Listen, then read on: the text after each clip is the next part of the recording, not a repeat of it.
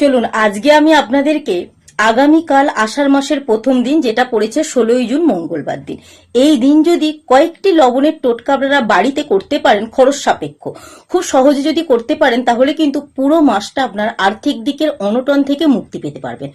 আর্থিক উন্নতি বৃদ্ধি করতে চাইলে আগামীকাল আষাঢ় মাসের প্রথম দিন মাসের শুরুতেই কিন্তু আপনারা এই কাজগুলি করে ফেলুন। প্রথমে আপনারা বাথরুম থেকে শুরু করবেন। আপনারা কি জানেন, বাথরুমের মধ্যেই কিন্তু প্রথম বাস্তু দোষ সৃষ্টি হয় এবং রাহু কেতুর কুপ্রভাব কিন্তু ওখান থেকেই শুরু হয়। তাই আমাদের প্রত্যেকেরই দরকার বাথরুমের মধ্যে এই একটি নিয়ম যদি আমরা প্রতি মাসে করতে পারি, তাহলে কিন্তু আমাদের সংসারের মধ্যে কোনো অশুভ প্রভাব পড়বে না।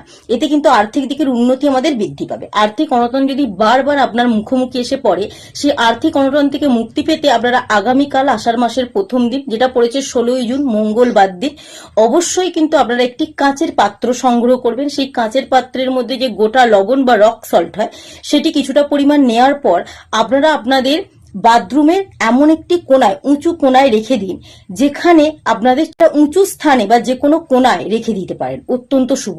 মাসটা শেষ হওয়ার পর পরের মাসে যে তারিখে আপনারা করেছিলেন মনে রাখবেন, অর্থাৎ 1 তারিখে, ওই 1 তারিখে কিন্তু সেই লবণগুলোকে বেসিনে অথবা যদি আশেপাশে কোনো পুকুর থাকে বা জলাশয় থাকে সেখানে ফেলে দিন।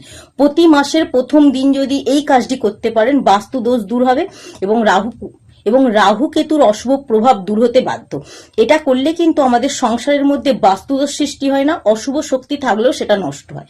আপনি যদি মনে করে থাকেন আর্থিক অনটন দূর করতে চান, আপনি আর্থিক দিকের উন্নতি বৃদ্ধি করতে চান, আপনি কিন্তু আষাঢ় মাসের প্রথম দিনটাতেই এই কাজটি করবেন। কি করবেন? একটি কাঁচের পাত্র নেবেন, সেখানে কিন্তু গোটা লবণ, যেটাকে রক সল্ট বলা হচ্ছে, এর মধ্যে 5টি ফুলযুক্ত লবঙ্গ রেখে আপনি আপনার ঘরের এমন একটি কোনায় রেখে দিন যেখানে সহজে কারো নজর আসে না।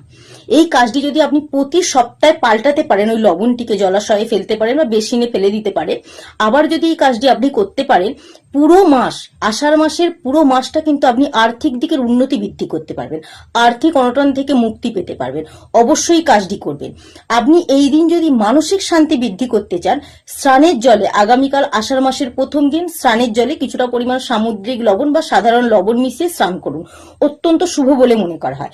আপনি এই দিন আপনার বাড়িতে মা লক্ষ্মী দেবীর অবস্থানকে ঠিক রাখতে অবশ্যই কিন্তু যখন ঘর মুছবেন, ঘর মোছার জলে আগামীকাল কিছুটা পরিমাণ সন্ধব লবণ বা সাধারণ লবণ মিশিয়ে ঘর মুছুন। অত্যন্ত শুভ। তবে বৃহস্পতিবার দিন এই কাজটি করা থেকে বিরত থাকবেন। আর আপনি যদি মা লক্ষ্মী দেবীর আশীর্বাদ লাভ করতে চান, কমেন্টে 369 সংখ্যাটি মা লক্ষ্মী দেবীর পছন্দের সংখ্যা, কমেন্ট বক্সে কিন্তু 369 সংখ্যাটি 3বার লিখে যেতে ভুলবেন না এবং জয় মা লক্ষ্মী দেবীর জয় লিখুন। আষাঢ় মাসের প্রথম দিনটা অত্যন্ত শুভ। আপনার কাছে যদি আষাঢ় মাসের প্রথম দিনের আগে ভিডিওটি পৌঁছে যায়, অবশ্যই কিন্তু ভিডিওটি সেভ করে রাখুন, যাতে এই নিয়মগুলো আপনারা সকালে ঘুম থেকে ওঠার পর পালন করতে পারেন।